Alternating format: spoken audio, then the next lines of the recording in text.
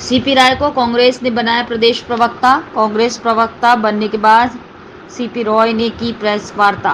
Press वार्ता में BJP पर जमकर बरसे प्रदेश प्रवक्ता।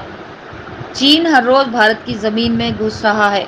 महंगाई पर डॉक्टर सीपी राय ने बीजेपी को लिया आड़े हाथ। समूचे भारत का डॉक्टर सीपी राय ने गिनाया वोट प्रतिशत। संकट बहुत गंभीर है जिसके बारे में अभी मैं चर्चा करूंगा। मैं 3 साल से राजनीति में नहीं था, यद्यपि बचपन से राजनीति में रहा हूं, लेकिन 3 साल से राजनीति छोड़ के लिखने पढ़ने काम कर रहा था। आप लोगों के टीवी पर आता था, लेकिन एज पॉलिटिकल एनालिस्ट आता था राजनीतिक विशेषज्ञ के रूप में। बहुत सोचने के बाद मैंने कांग्रेस पार्टी ज्वाइन की 8 जून को। मुझे लगा कि देश को संकट से अगर निकालना है तो कांग्रेस पार्टी में चाहे एक बूथ का हम काम करें, एक बूथ से खड़ा बत्ता, एक एक बूथ से हम चाहे एक बूथ का काम करें, लेकिन कांग्रेस पार्टी को मजबूत करना बहुत जरूरी है। उसका कारण यह है, बिना कांग्रेस पार्टी के इस देश की सत्ता को हटाया नहीं जा सकता। पिछले चुनाव में 65-66 करोड़ वोट पड़ा। उस वोट में 1/3 वोट यानी 22 करोड़ वोट भारतीय जनता पार्टी को पड़ा। वो भी उस हालत में जब उन्होंने पुलवामा में 46 जवानों को की शहादत करा दिया, जिस पर हम लोग लगातार तब से ही सवाल उठा रहे हैं कि पुलवामा में जवानों की शहादत क्यों हुई, वो 300 किलो आरडीएक्स कैसे आया, उन जवानों के मूवमेंट का पता किसी को कैसे चला कि वो किधर से निकल रहे हैं। सीआरपीएफ ने, उन जवानों के हेड्स ने सरकार से मांग की थी कि हमको मूवमेंट के लिए जहाज दे दिया जाए। वो जहाज क्यों नहीं दिया गया, ये सब तथ्य तो सामने आ चुके हैं, कोई मैं नई बात नहीं कह रहा हूं। और उन 46 जवानों को शहादत को इस्तेमाल किया गया। ये दुनिया के इतिहास में पहली बार ऐसा हुआ है, दुनिया के इतिहास में यह पहली बार ऐसा हुआ है कि जवानों की शहादत को राजनीति के लिए इस्तेमाल किया गया। उन 46 जवानों की तस्वीर मंच के पीछे लगा करके प्रधानमंत्री ने भाषण दिया और उनके नाम पर वोट मांगा। ये पूरी दुनिया में कभी किसी ने नहीं किया था।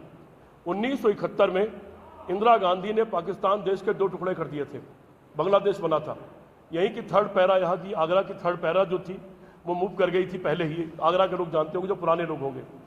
और ये दुनिया के इतिहास में पहली बार ऐसा हुआ कि इतिहास और भूगोल दोनों बदल दिया।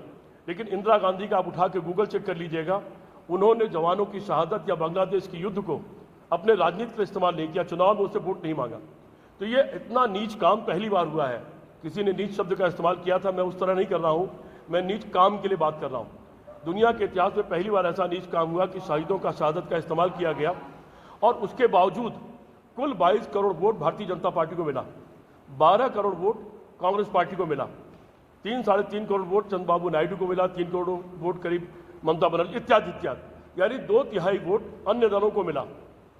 अगर राजनीति शास्त्र में एक विषय है कि क्या अनुपातिक प्रतिनिधित्व सिस्टम चालू कर दिया जाए, क्या अनुपातिक प्रतिनिधित्व ये होता है कि 100 वोट पड़ा, किसी को 10 पड़ा यानी 1/10, तो जितनी सीटें हैं उसका 1/10 सीट उसको दे दी जाए। किसी को 20 पड़ा तो 20% सीट उसको दी जाए। इसको कहा जाता है अनुपातिक प्रतिनिधित्व। अगर भारत में अनुपातिक प्रतिनिधित्व सिस्टम होता तो 1/3 का मतलब 543 का 1/3 एमपी केवल भाजपा के होते हैं, और 1/5 एमपी 543 के 1/5 का मतलब हुआ 105 के आसपास, 104-5 इतने एमपी कांग्रेस पार्टी के भी होते हैं। और उस कंडीशन में 2/3 सांसद गैर भाजपा दलों के होते, तो इनकी सरकार नहीं होती। 2/3 वोट अन्य लोगों को पड़ा है।